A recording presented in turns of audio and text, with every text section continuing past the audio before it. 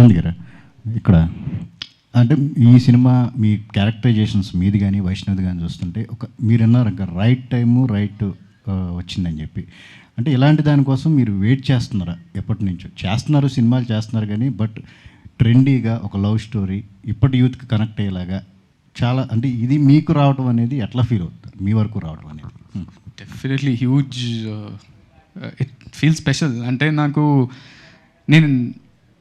అంటే మా అన్న ఉండటం వల్ల నేను చాలా లక్కీ అఫ్కోర్స్. అండ్ ఇప్పటి వరకు నేను ఒక సినిమా కోసం వెతకాలి అనే సిచ్యువేషన్ అయితే రాలేదు. నేను దొరసాని అప్పటి నుంచి నాకు ఏదో విధంగా మంచి సినిమాలు, మంచి డైరెక్టర్లు రావటం, నాతో డిస్కషన్ చేయటం. నేను కొన్ని సినిమాలు రిజెక్ట్ చేసినా అవి మంచి సినిమాలు అయినాయి అంటే ఐ ఫీల్ దట్ అరే వీళ్ళు నా గురించి ఆలోచిస్తున్నా అంటేనే ఐఎమ్ యాడింగ్ సమ్ వాల్యూ.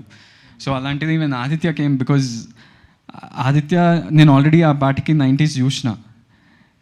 నేను మిడిల్ క్లాస్ మెలడీస్ అనే సినిమా ఒకటి చేసిన. సో 90s చూసినప్పుడు ఐ ఫెల్ట్ ద సేమ్.